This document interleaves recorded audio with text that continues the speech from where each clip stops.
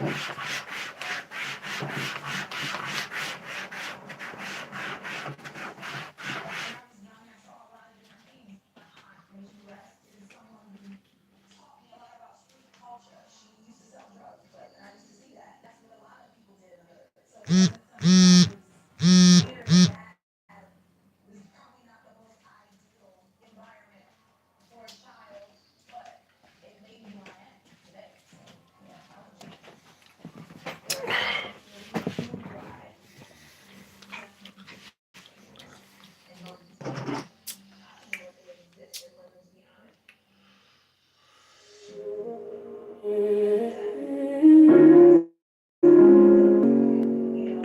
ever love somebody? Is he trying to change you?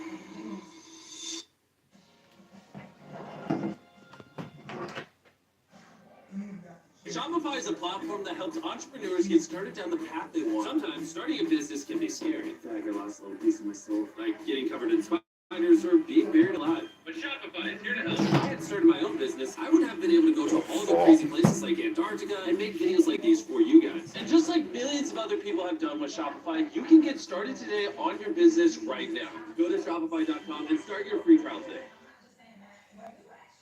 Are you looking to establish your business using an address other than your home? Wish you had a professional business address and phone number instead of your home address and personal number? Wouldn't it be great if you could read and manage your business mail from anywhere? iPostal One can help. With an iPostal One virtual business address, it's easy to stay connected, protect your privacy, and enhance your business image. You'll be able to receive mail from any carrier and register your business using your new business address. View and manage your mail the dozens of office buildings, workspaces, or shipping stores in our international network. If you want a phone and fax number that's just for your business, you can do that too. Then you can update all your business contact details with a professional address and phone number. When your mail arrives, we'll take a picture of the envelope or package, upload it to your account, and send you a notification when it's ready to view. From there, you just log into your account and tell us what you want to do with each item. Forward, scan, schedule a pickup, discard, or shred it, and we'll do the rest. With thousands of great reviews, our customers love our service. Stay connected to your business 24/7 with an iPostal One virtual business address. Sign up today at iPostal1.com.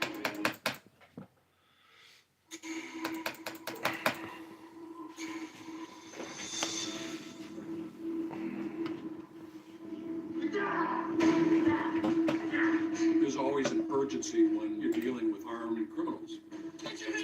This was an extremely dangerous group.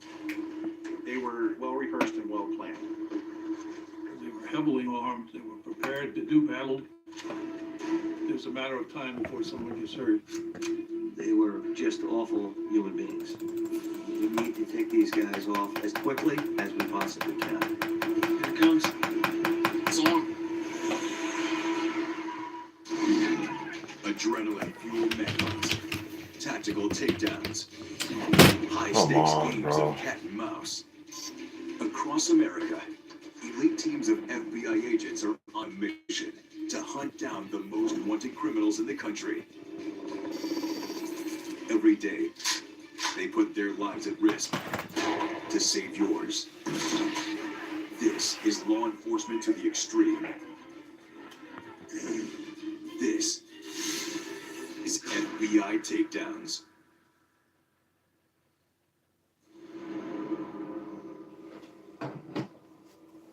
All's been quiet on this beautiful day in the Boston area, when a routine armored car pickup proves to be anything but.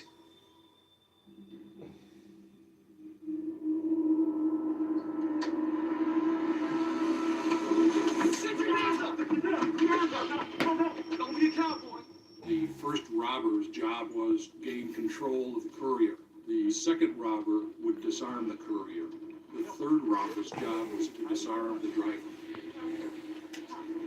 They were heavily armed. They were prepared to do battle if they had to. In an armored car robbery, you always know that the people who work for the armored car company are armed themselves.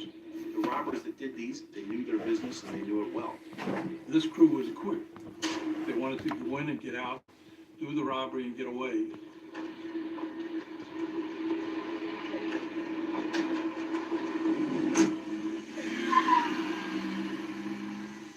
Shocking as it is, the robbery in Lynn, Massachusetts is just one of many in the Boston area in the early 90s. This is a time when armored cars are getting knocked off at a startling rate, 3 times more than most states. 2 suspects were waiting in the Bank of Boston lobby.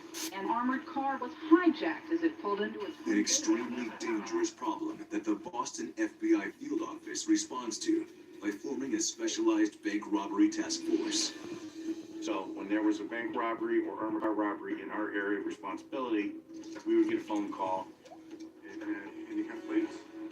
There's always an urgency when you're dealing with armed criminals because you just don't know when things are going to go wrong and innocent people are going to be hurt or killed.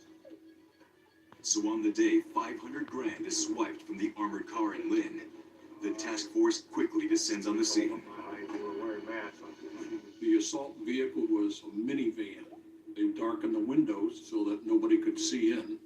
They'd strip the seats out so that there would be room for the assault crew.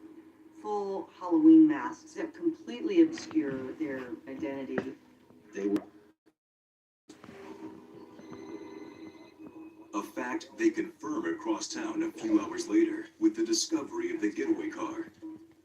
The inside is completely burned out. That would cover up any type of evidence that might be left behind, like fingerprints or DNA, hair, things that could be discovered by forensics examiners. These guys struck fast before disappearing in a puff of smoke. We got handicap plates. We got masks. It's got to be the same group. All signs point directly to one notorious Boston neighborhood. It was well known amongst law enforcement when you had a robbery that was sophisticated and well planned, or an armored car robbery, that it was very likely Charlestown. Most of Charlestown is a typical blue-collar suburb, but a small group earns the area its reputation. Historically, there have been a lot of bank robbers from Charlestown. You could start there to find out who was responsible. I was told as a young new agent, the reason why Charlestown had such a large bank and armored car robbery presence was because the old Boston State Prison had been in Charlestown. And a lot of the families had moved into Charlestown to be close to the inmates, to visit them. And once the inmates actually got out of jail, they decided to take up roots and stay. Charlestown has a rich history of being a very close-knit, almost tribal neighborhood. It was a very Irish enclave. It was one of the most focused places in the country. It's only 1 mile square, and people live there for generations, and they just never leave. You had several families wherein the trade of bank robbery, armored car robbery, petty thievery was passed down from one generation to the next generation. Becoming a good bank robber was like a rite of passage for that small element of Charlestown. For better or worse, Charlestown residents fiercely protect their neighborhood industry. Hey guys, got some people for It's pretty well known as it had a code of silence. were very few people who would give information about those robbers for whatever reason, whether it was an admiration for them or a fear of them. You guys know anything about some robberies in the area? Sometimes they would walk away, sometimes they would just not answer the question or just let you know that they were not interested in cooperating. Individuals from Charlestown would not rat, would not snitch. That made it very, very difficult because nobody wanted to testify. Gonzalez, man, come on, get out of here. So code of silence became something that you would hear people say on the streets. It was like a mocking way of saying, screw you and don't bug me. Agents canvassing the area for information about the robbery in Lynn get nowhere fast.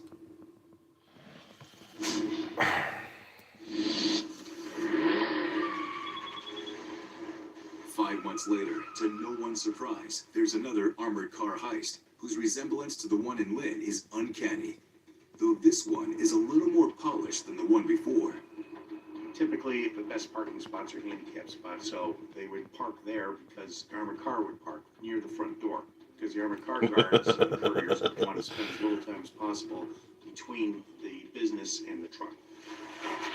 They were well rehearsed and well planned.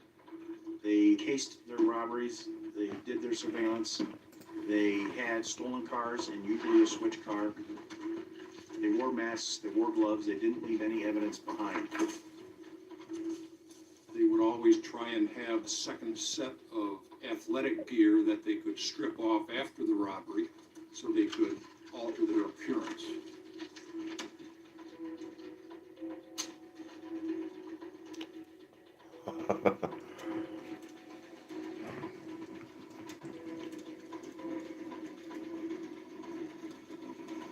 The brazen criminals even have a backup plan in case the flames leave anything behind. They would try and salt evidence.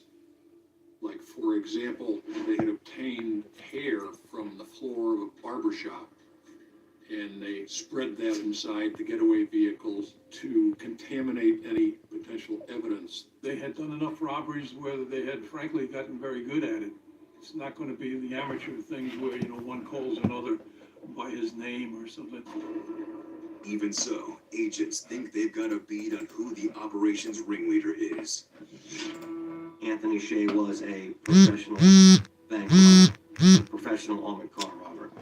We had information that Anthony Shea was active at the time, so that made it likely that he was involved in that robbery. And we assumed he was involved in subsequent robberies as well. Anthony would be meticulous in scoping out his locations. And his reason for being so meticulous, a 6-year stint in prison following a bank robbery conviction in the early 80s. It's a place he swears he'll never go back to. In the early 90s, a lot of bank robberies were committed by guys using presidential masks. And Anthony always talked about the fact that this was the reason why the movie Point Break had been made, because he was the first to go out and actually use these masks. If Shea's their man, the FBI has got to bring him in soon. If he remains free, there's real danger someone might get killed. Anthony Shea was ruthless in the sense that he would have no problem pulling a gun and shooting at somebody.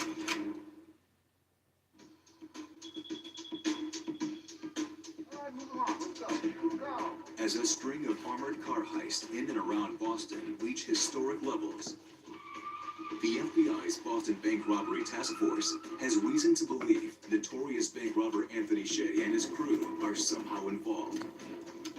Though there's no tangible evidence Shea is behind these recent jobs, they bear a striking similarity to the Minutemen robberies he was involved in several years earlier. We got 1 minute. You're gonna count us down. The Minuteman robberies was a moniker that was given to a series of robberies that were committed by Anthony Shea, Matty McDonald, and criminal associates.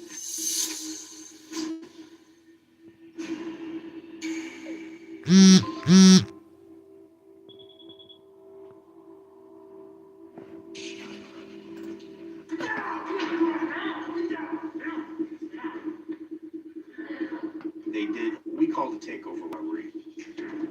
Typically what that means is robbers were over the counter, trying to get into the vault, getting behind the teller line to get more money. What characterized these robberies was the amount of planning and the type of planning that went into each one. Anthony Shea would head directly towards the vault. Matty McDonald would scoop cash out of the teller drawers. And then they would have a third hold the floor with a stopwatch.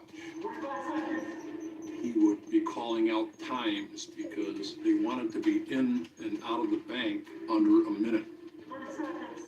That's how the Minuteman robberies got the name. They would go in, get the money, and get out of there, so that the odds of being caught during the robbery would be far less than with an untrained crew. 15 seconds. Stop. Everything was planned out, and it wasn't something that they lingered on the scene very long at all.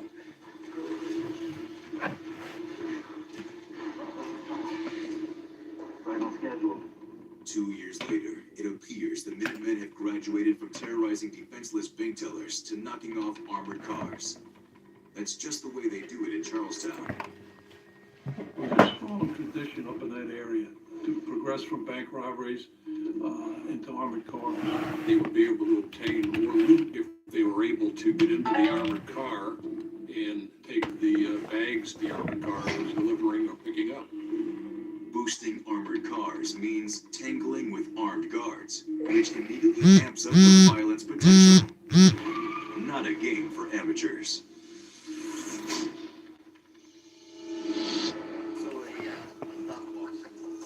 With Shea and McDonald on its radar, the task force puts them under surveillance and starts compiling a list of other likely Minutemen. You got any skills? Anthony Shea was a very smart, cunning individual. He was very deliberate in everything that he did. He was very cautious. He was reluctant to take just anybody in his inner circle. And then Stephen Burke. Stephen Burke was another very intelligent, low-key individual. He was one of the individuals that Shea loved to work with because he was so good. He was basically the architect of the switch from bank robberies to armored car robberies. McGonigal was an older guy. He was what we call a 10%er. He would set up the job for 10% of the take.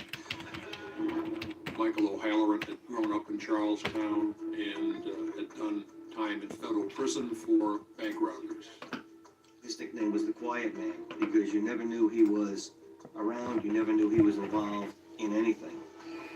The real wild card in the crew is Shea's right-hand man, Matty McDonald. He has a sordid, violent history. Matty McDonald was just a stone-cold junkie. Matty McDonald had been convicted in 1979 of murdering a criminal associate in Charlestown. And he was released after serving 10 years of an 18-year sentence. And that's when he hooked up with Anthony Shea. Agents know so much about the crew, who they are, where they live, how they operate, but they don't know where they'll strike next or how to catch them. Surveillances in Charlestown were tough to do. It kind of stood out there. It was just a very tough place because it's so condensed and it's one of those communities where everyone knows everybody. But for the agents responsible for solving these crimes, it's not the only thing handcuffing their investigation. They weren't the only guys robbing armored cars. And there were a lot of investigations going on in the Boston FBI office at that time. So in some periods of time, they were under surveillance, other periods they weren't, as something else would come up and the surveillance squad would be working something else. For the Minutemen, this business model works, so it's only a matter of time before payday rolls around again.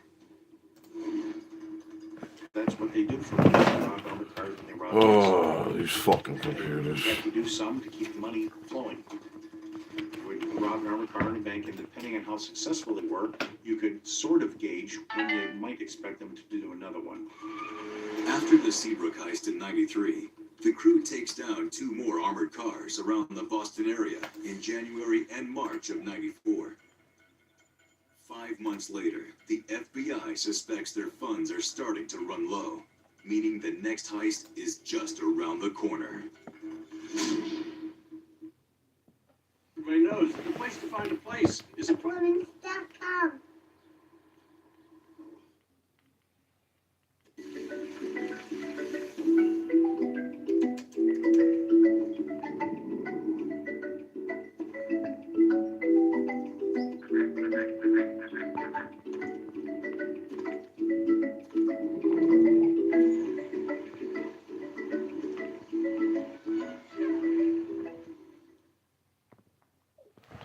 Fresh fish. White fish, fresh from the stone. Firm to the touch, no smell at all. Skin off, bones out, thick, no thin. Bring the seed to my kitchen.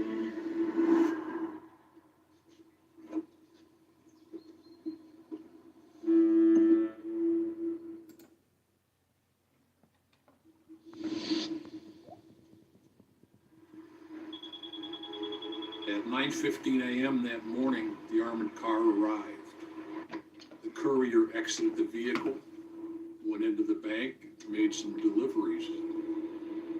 Okay, we got 45 seconds on this. Then we're doing more robberies, and the more you do, the more likely it is that there's gonna be violence.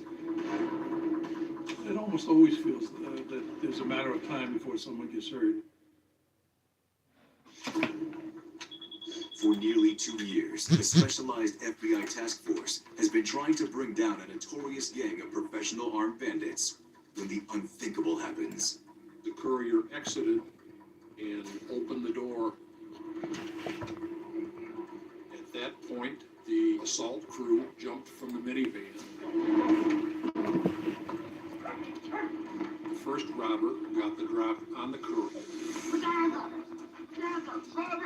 Almost immediately, a shot is heard, and one of the guards goes down. The courier reached for his weapon, so he was shot and thrown into the minivan. Then one of the individuals in the crew made their way into the armored car. Stephen Burke entered the driving compartment and was up for a tussle with the driver. In the tussle, he lost his mask.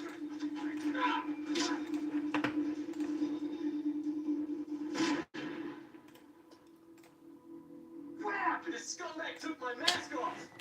There had never been any shots fired. There had never been any person or individual shot. Get this thing out of here! This was way above the norm. This was a horrendous armored car. What are we gonna do? After years of doing these by the same playbook, the crew finally breaks its routine.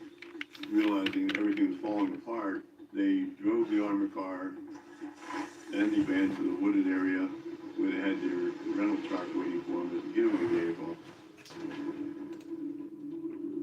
Pelham Road. This is just a long backcountry road. It's got a couple of houses on it. And there was a path, a dirt path, that led into the woods. At that location, there was some type of a switch. The proceeds from the armored car were transferred from the armored car to a rental truck. There's still a loose end to tie Oh up. my god, how many fucking things do I gotta do? Ronald Normando. Normando was pleading for his life. Please, please, you want to go?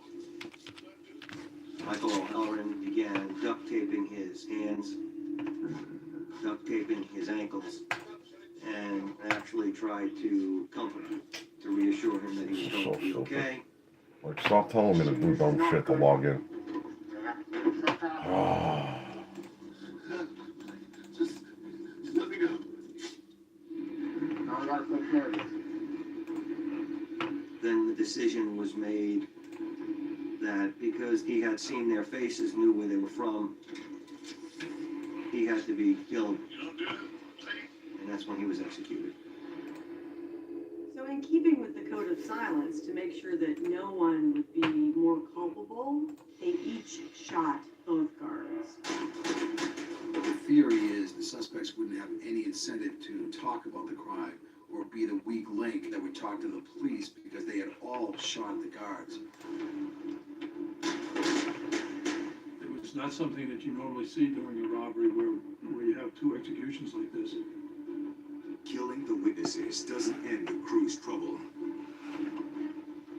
A mechanic at a nearby vehicle dump sees the rental truck in a white car leaving the woods and calls the police.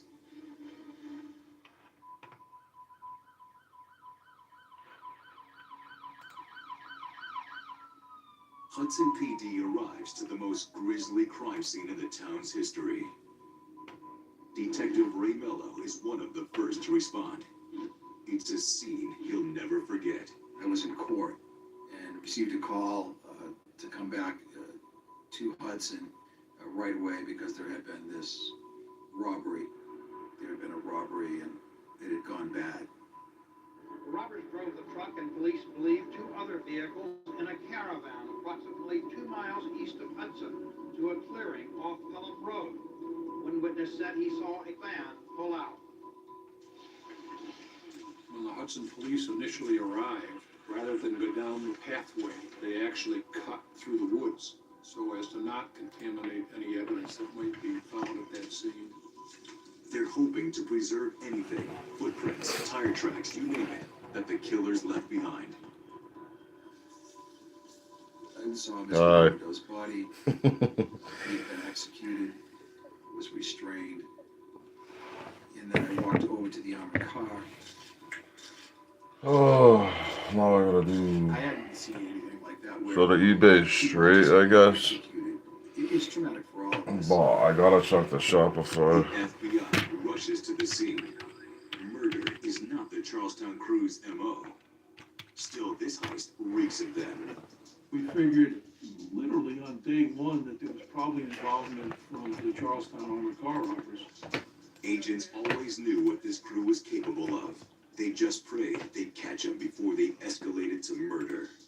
At that point, we sent out all sorts of resources, everything from evidence technicians to surveillance squads.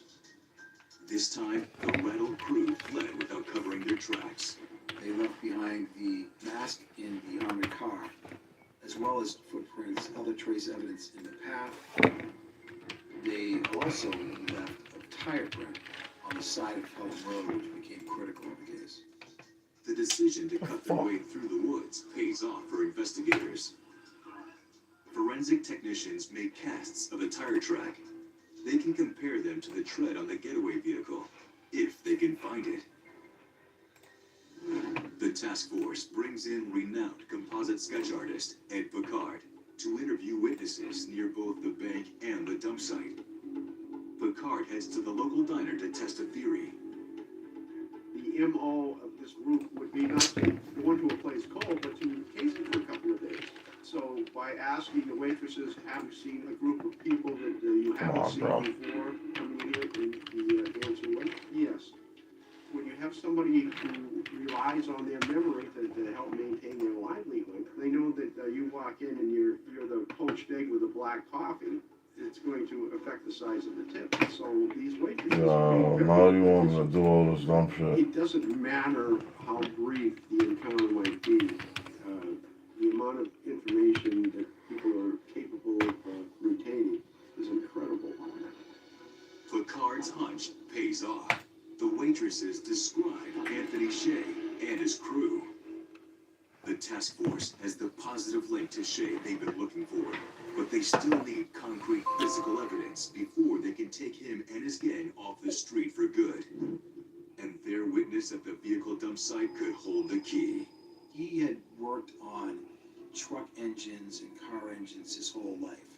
So he was able to give us a description not only of the truck, but gave us a pretty good description of what kind of engine it had in it. The rental truck is a cab-over design, which means the cab sits directly over the engine.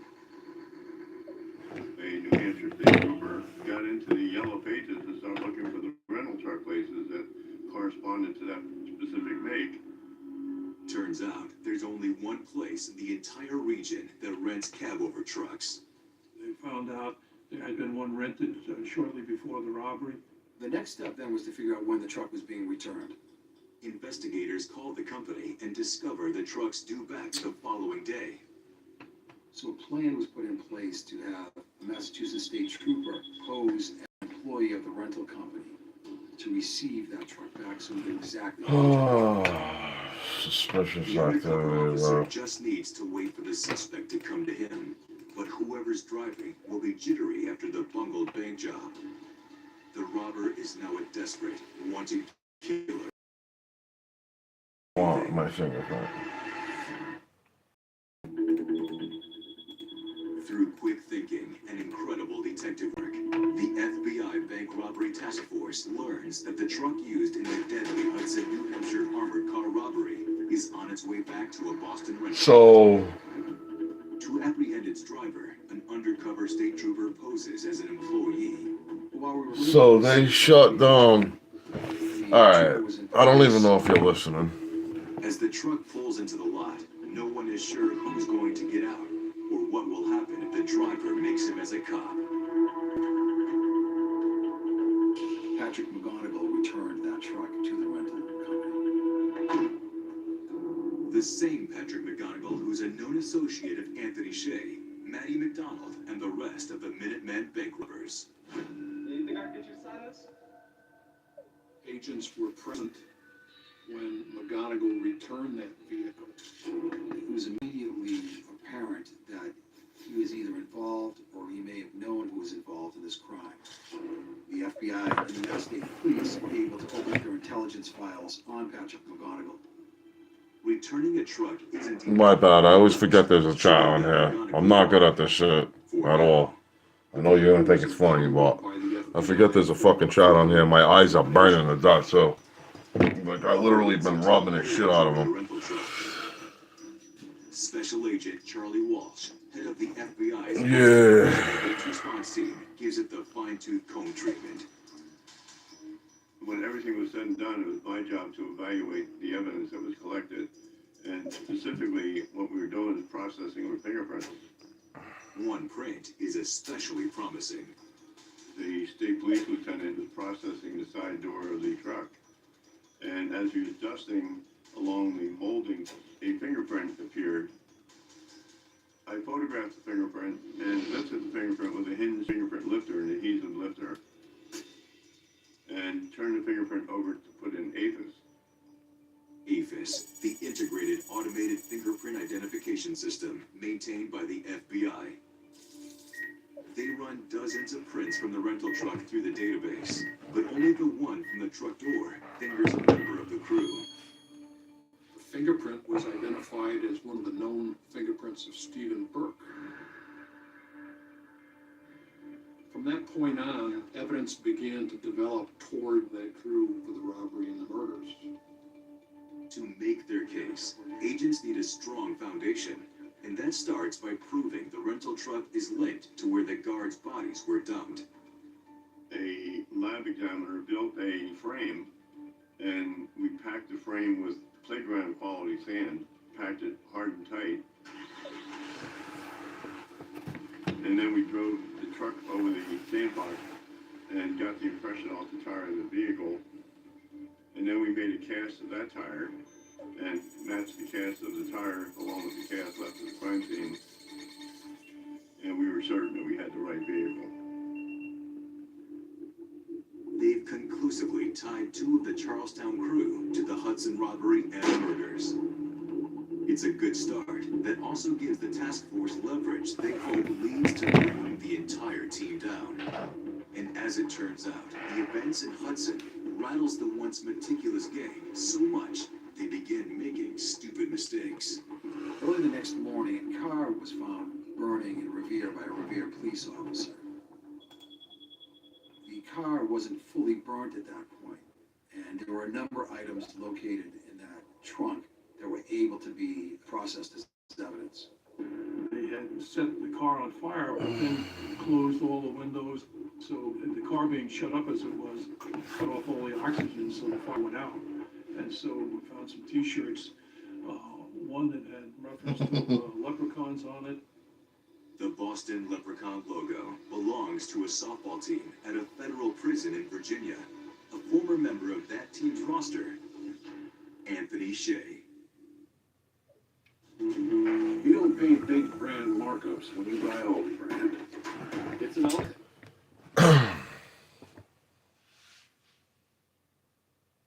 no sale behind with the world's best converting checkout from Shopify. Say goodbye to abandoned carts and hello to cha-chings in every channel. When it's time to sell more, it's time for Shopify.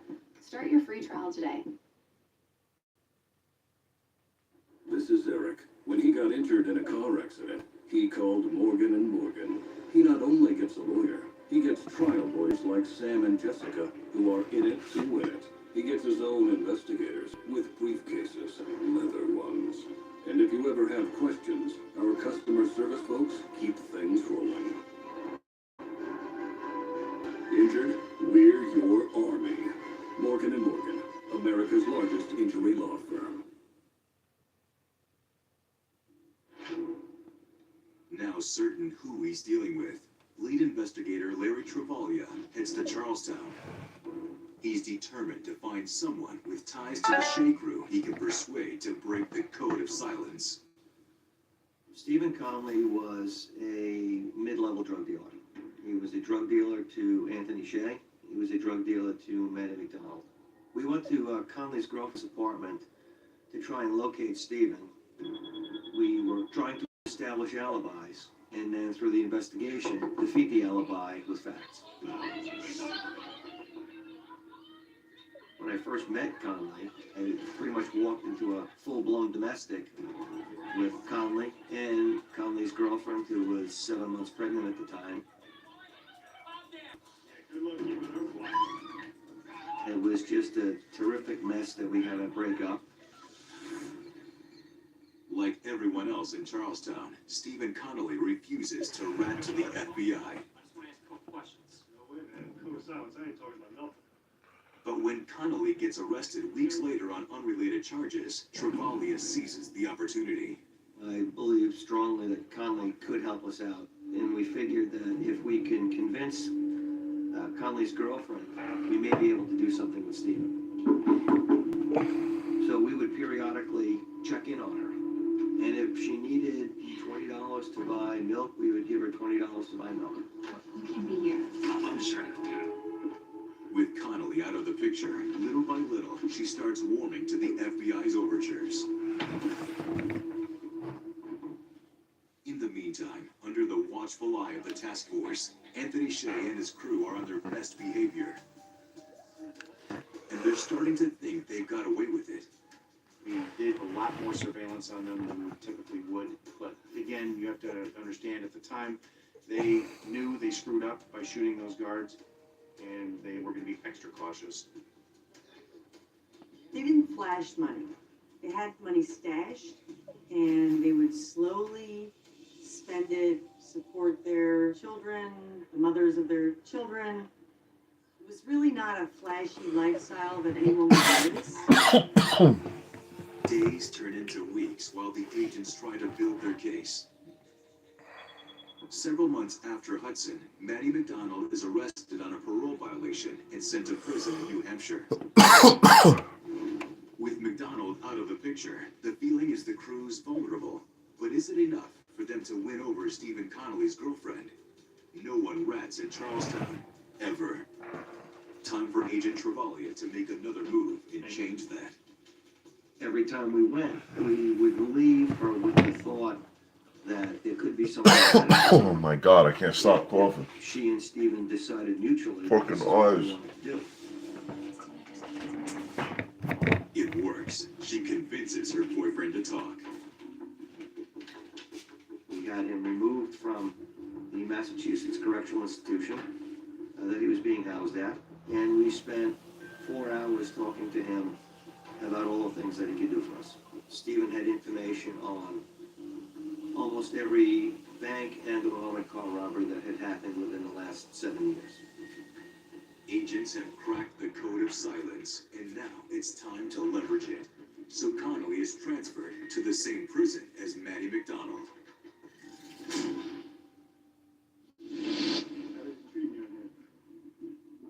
Wire was put on Conley. Conley went out for yard time, walked the yard, and engaged McDonald in a conversation. Nah, man, he's cool. The big thing that McDonald told Conley over and over was, I don't mind going to jail for the Hudson case as long as it's not because of some screw up that I made. Matty McDonald's job was to burn his vehicle, but he wasn't particularly successful. Matty McDonald's taped admission. This makes 3 Minutemen crew members the FBI can connect to the Hudson double murder. But the task force is determined to get everyone, especially the man at the top, Anthony Shea.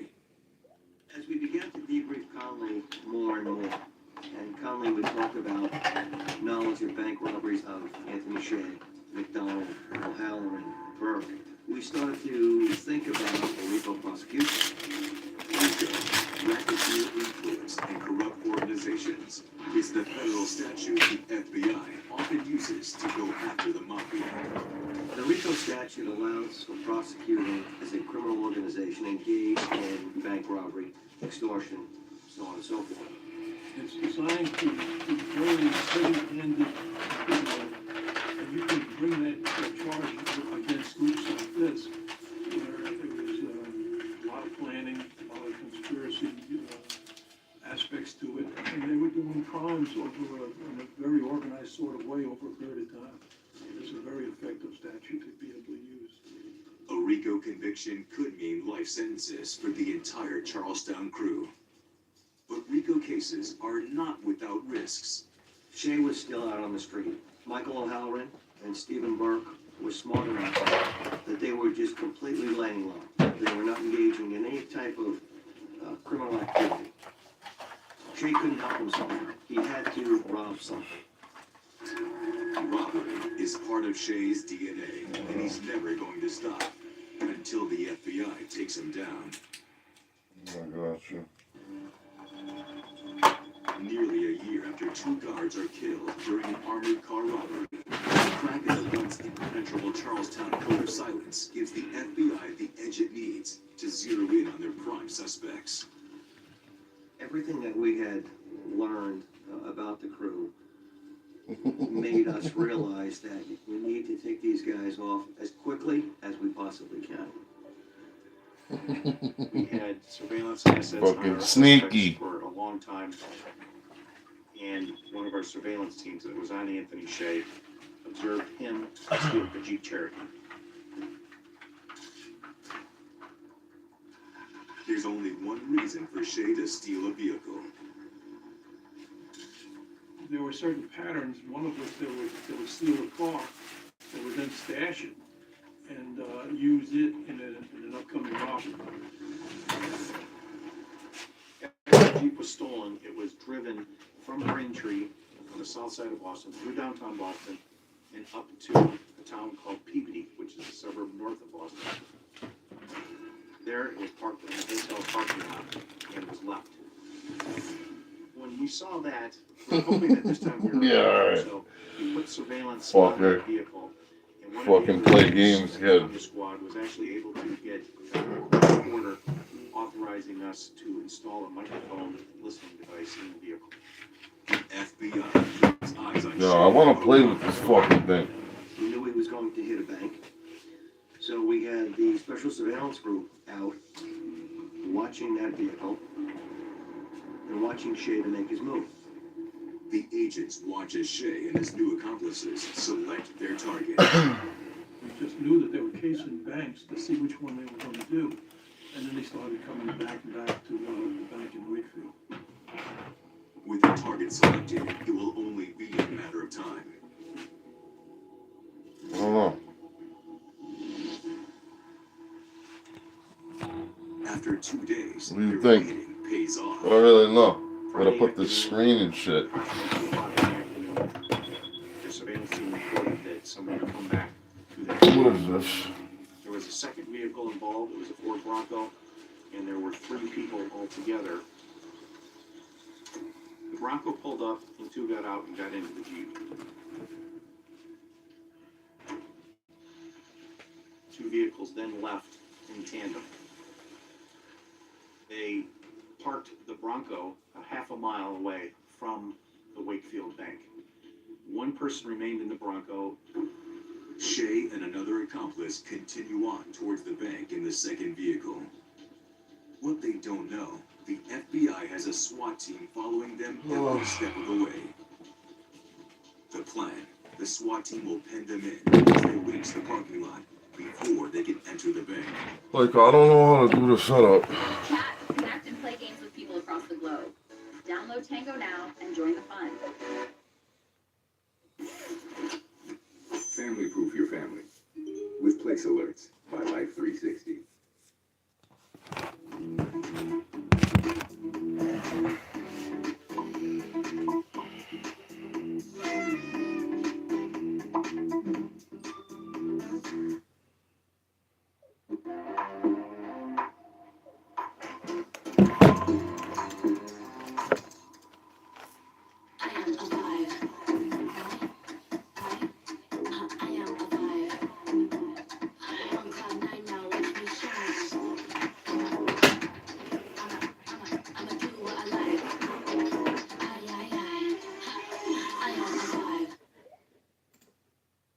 Tricky part is you don't want the robbers to get inside the bank.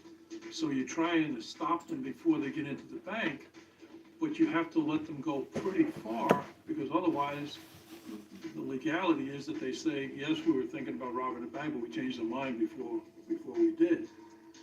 They started to approach the bank that we thought they were going to rob, and they were approaching it very slowly. They were coming through the back parking lot. We moved the SWAT team into the Wakefield parking lot. They were watching the bank and Shit. because of the bug in the car.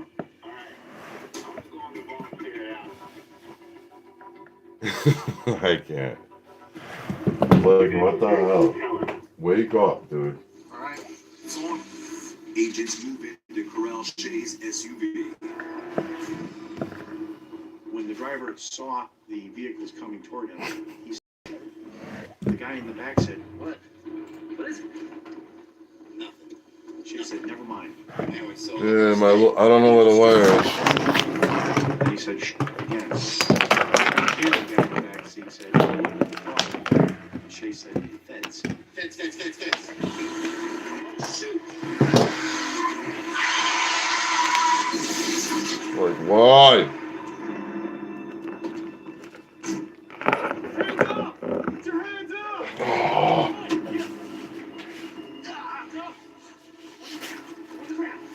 It was chaotic. Do you know where the mini Sega is, like the console? Other guys on the SWAT team and the passenger in the back had a submachine gun, so they were concerned for their safety. Drop the gun! Drop the gun! Drop the gun! Drop it! Hands up!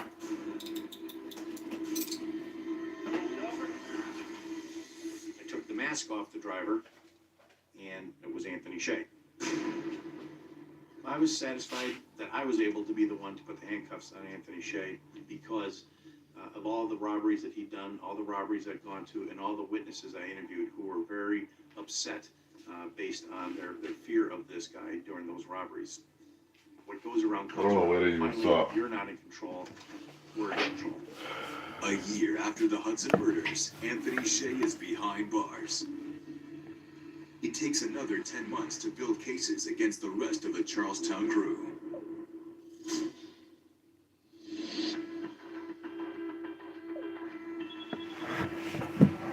Once we determined that we had a probable cause to arrest these people, a plan was put in place to round up the entire group at one time. The idea was to get them all very early in the morning, all at the same time. You've got the list of the subjects we've got arrest warrants for, and you're basically checking them off as they're taken into custody. Over the course of a couple of hours, they all got arrested. I remember thinking that is an end of an era, but there will probably be another era. When Mr. McGonigal was arrested, we put Hudson police handcuffs on Mr. McGonigal. It was a symbolic gesture, but it was an important gesture for the people of Hudson. And the town had been so rocked by this crime that we wanted to be able to tell the townspeople that we didn't give up. We brought this man to justice, and Hudson police handcuffs were put on his wrist as he was being let off. Anthony Shea, Manny McDonald, Stephen Burke, Michael O'Halloran, and Patrick McGonigal are charged under the federal RICO statute.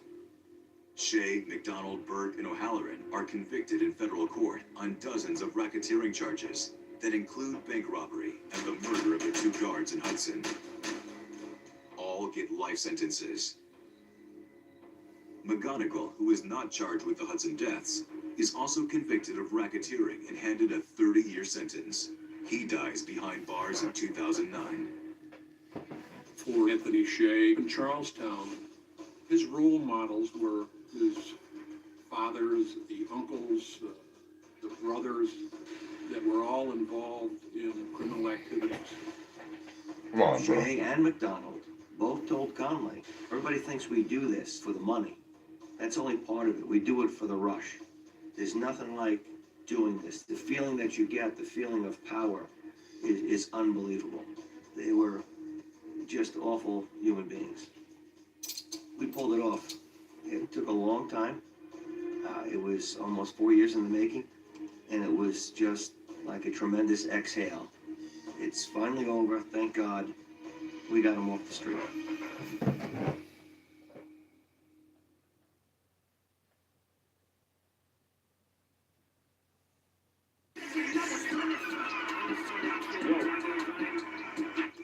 Hey, bro, I know you like to perform for the sunset, but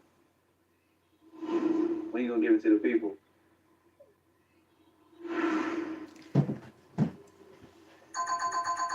Hey, I like that. Y'all on to something. Go ahead and check that phone for me. Yo, bro, we're streaming on DSPs, dog. Who are you? I'm DistroKid. You making them hits.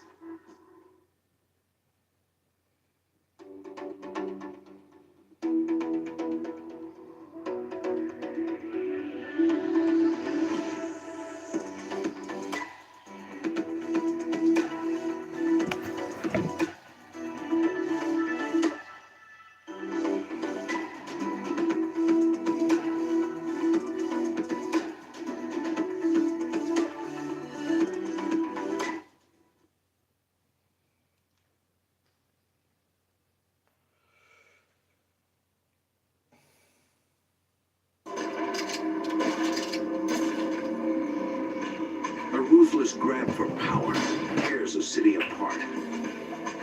A crime family splits in two as the young and the old fight to the death. Damn, it's hot. The FBI is caught in the middle as they infiltrate the syndicate in a desperate attempt to end the brutal war. Shit.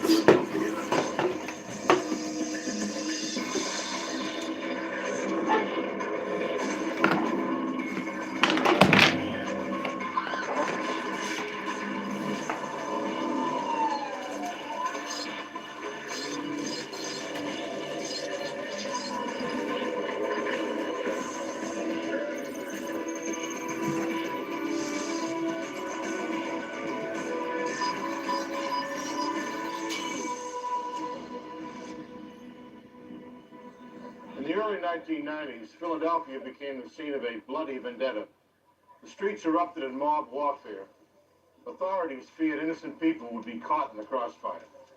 I'm Jim Kellstrom, former head of the FBI's New York office. Agents launched a complex and risky surveillance operation. Their mission? To bring down a notorious crime family and to stop a brutal turf war before more people were killed.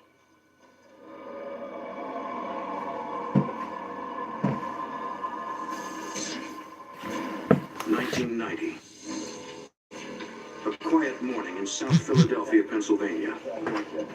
Joe Andruzzi is being wired by the FBI. He's a 20-year-old accounting student at LaSalle University, and he's in trouble. He's been betting on football through a mafia bookmaker. He was winning at first, but his luck turned sour. He owes the mob $1,000. It's a debt he cannot pay. I don't think you do, sir. I don't think you got it at all. You understand? In way over his head and afraid for his life, Andruzzi contacted the FBI and asked for help. It's money, kid.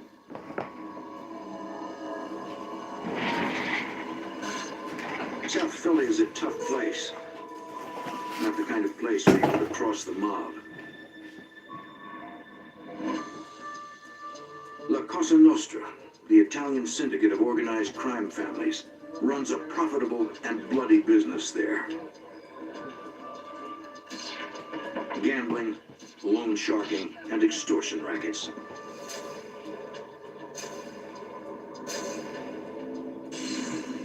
For years, South Philly was run by Angelo Bruno, known as the Gentle Don because of his dislike of violence. He took over the city in the 1950s. He was brutally murdered in 1980.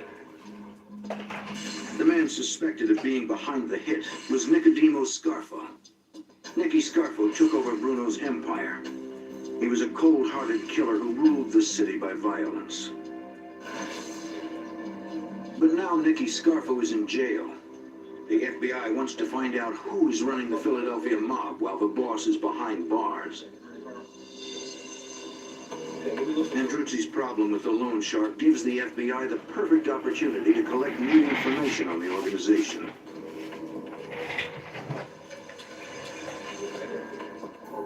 The college student meets with the bookmaker. He plays his part perfectly and is introduced to Salvatore Sparacchio, a known member of the Philadelphia Mafia. You don't have the money.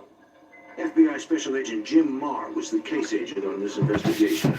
Salvatore Sparacchio didn't make any overt threats, but the implied threat, I'm the boss of the family, you gotta pay. $120 a week for 10 weeks. The boss offers a repayment plan. Although the mob is charging little more interest than a credit card company, the penalty for defaulting on the loan has a far higher price. Nicky, hey, take some cake off to your wife. Hey, thanks. All right. For the next 10 weeks, the FBI gives Andruzzi the money to make his payments. And each time he takes the money to the bookmaker, the FBI records the conversation, building their case against Salvatore Sparacchio. Each payment is evidence of the crime, of racketeering. But the FBI is not interested in making low-level gambling arrests. No, we don't, huh? They have a much bigger target.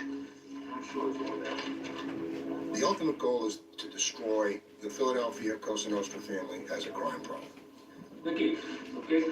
Hey, look, you know too much. The tactics we use are to attack the hierarchy. The structure is the target, and we attack the target through the hierarchy. They need more information.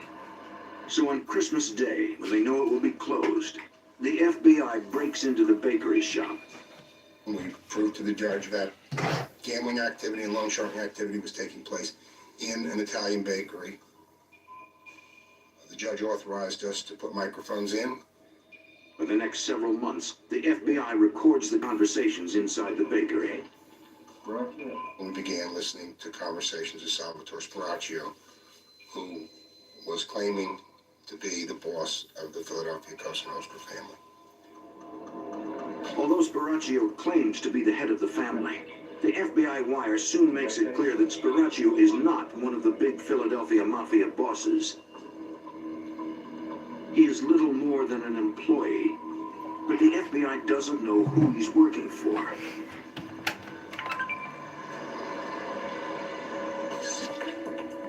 Thinking he can lead them to his boss, the FBI surveillance tracks Sparacchio to a law office in Camden, New Jersey. There he meets with other members of the Philadelphia Mafia, including one man well known to the FBI, John Stanfa. John Stanfa is a Sicilian immigrant and a made member of the Sicilian Mafia. He worked as a driver for the late Angelo Bruno, aka the Gentle Don, former head of the Philadelphia family. Stanfa was implicated in the murder of the former Mafia boss in 1981 and was apprehended in Maryland. He was convicted of perjury in his testimony before a grand jury that was probing Bruno's death. He went to jail for 8 years. released.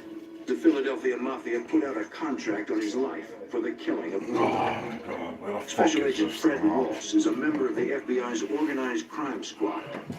Only through the intercession of his Gambino associates up in New York, the contract was taken off him and he was allowed to live.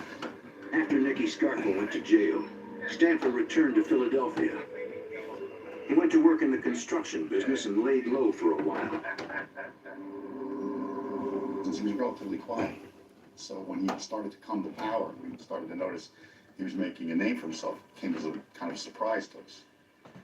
Thanks to the cooperation of the young college student, the FBI has now identified the man they believe is running organized crime in Philadelphia. We had put away the previous boss and most of the hierarchy of the family. We felt if we could put Stanford away, that we would. Well, this shit's on, yo.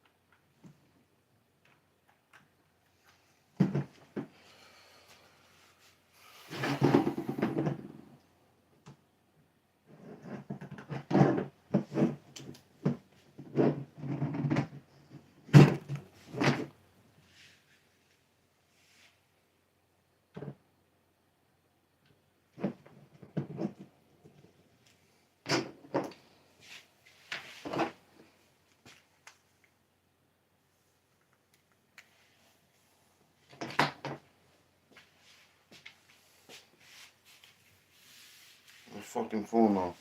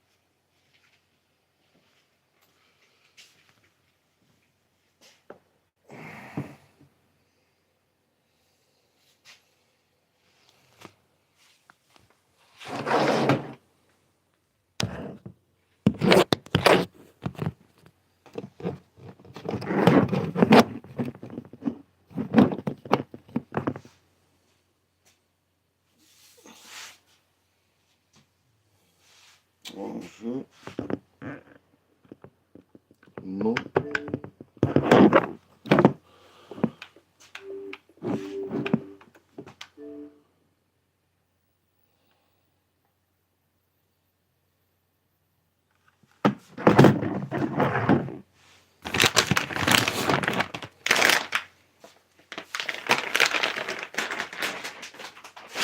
What is this? What is this?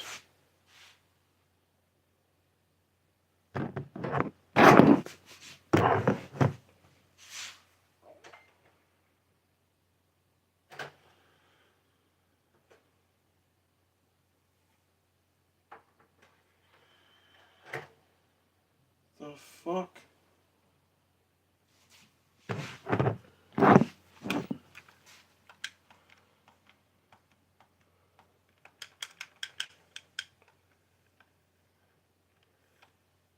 I don't know what's going on right now. Oh fuck. Be right back. Like I didn't even put this on. Yo, this is fucking stupid.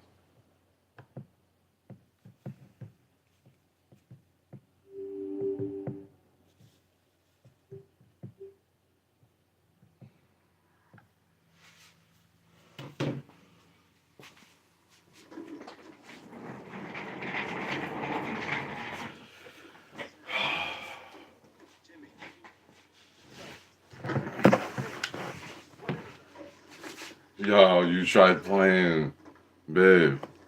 Yo, are you there?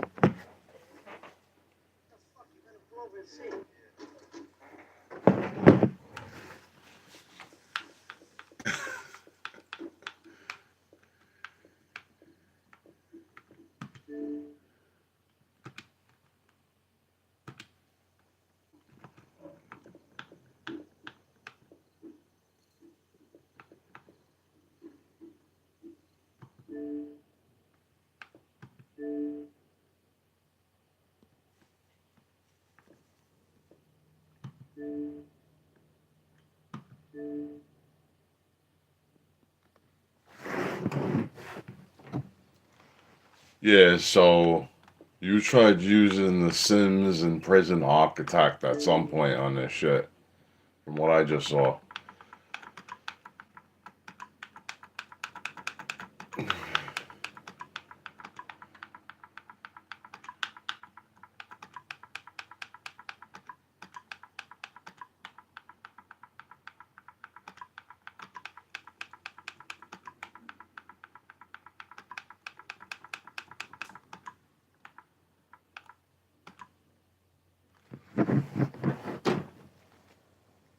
Yeah, I think that was like fucking back in the day. I don't even know.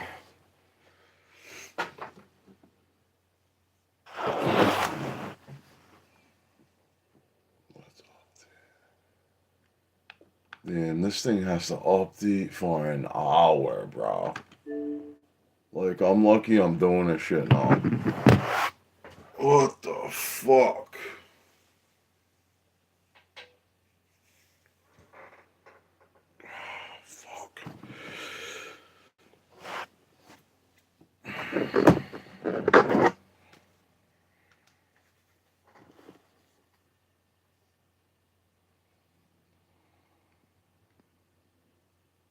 I can't even say.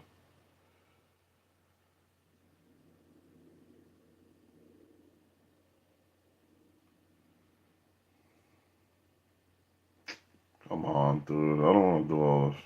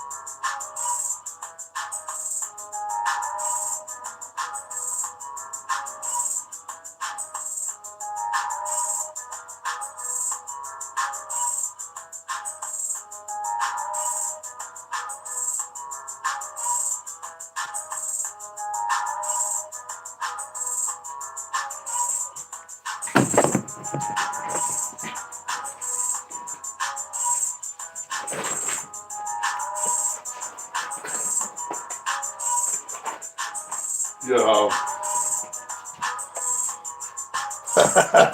I found the mini Sega, bro. But I had a system in this box. It wasn't, obviously it's not in this box, but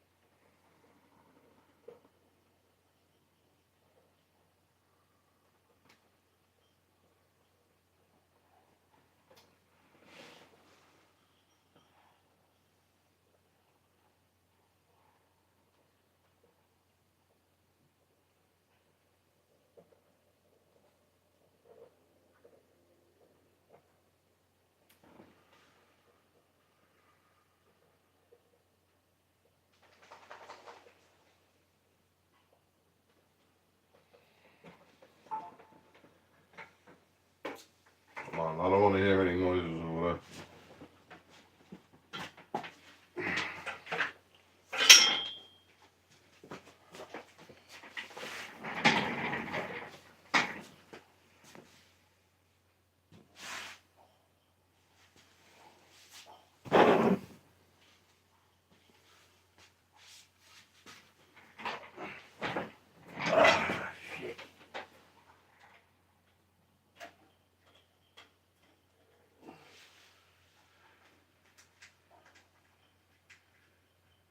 How do I turn this on?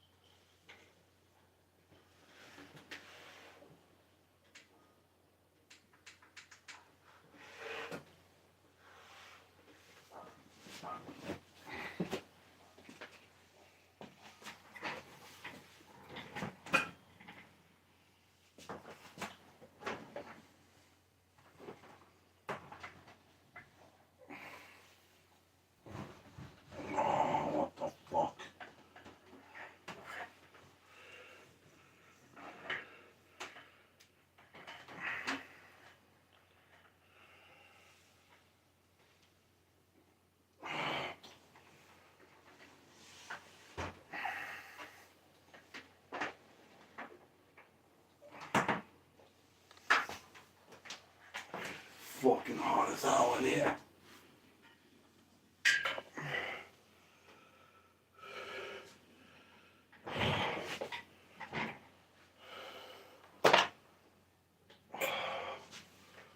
this the fucking remote to this thing?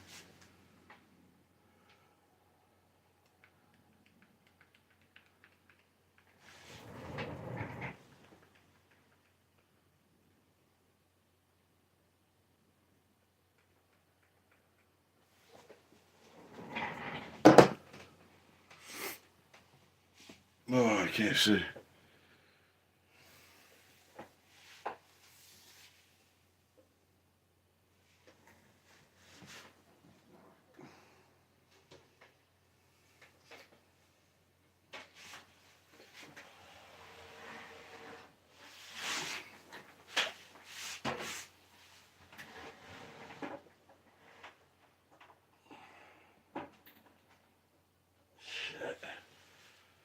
I just heard that.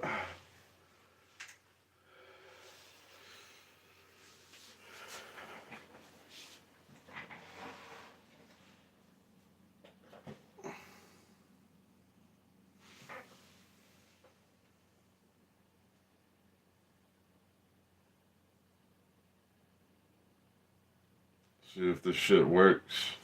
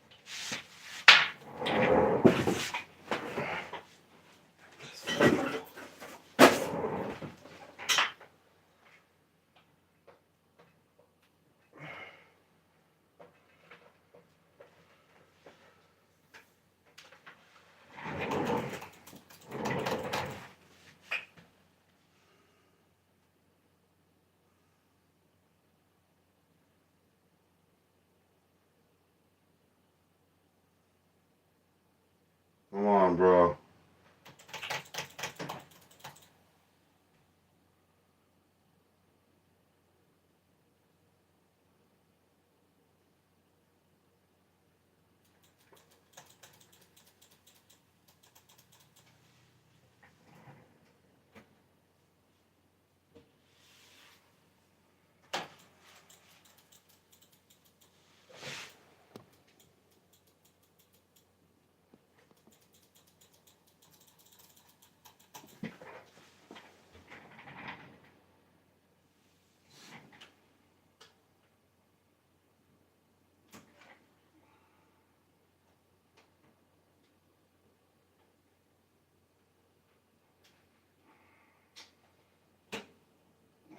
What the fuck?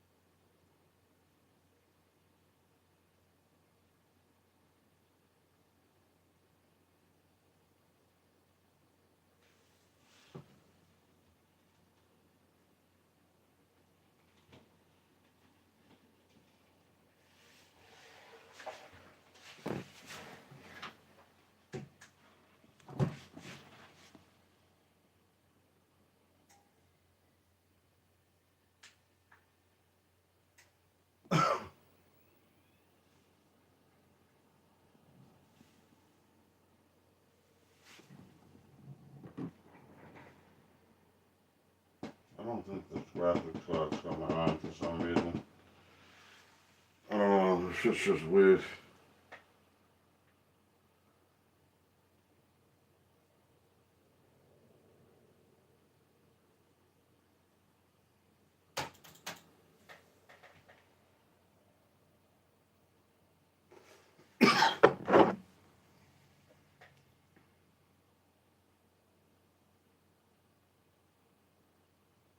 Yeah, I don't feel like moving.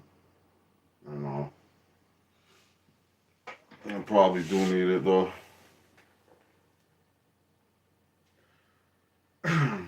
This computer, I might have to rebuild it. It won't work.